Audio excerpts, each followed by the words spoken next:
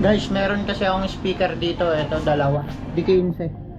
Dalawang D15. Tapos yung amplifier ko, 160 watts. Yung gagamitin kong battery, ito 5L lang. Testing lang mga paps. Ayan, dalawa siya, left and right. Testingin natin mga guys. Testingin natin kung gagana. Ayan, nakakonect na siya. Play natin.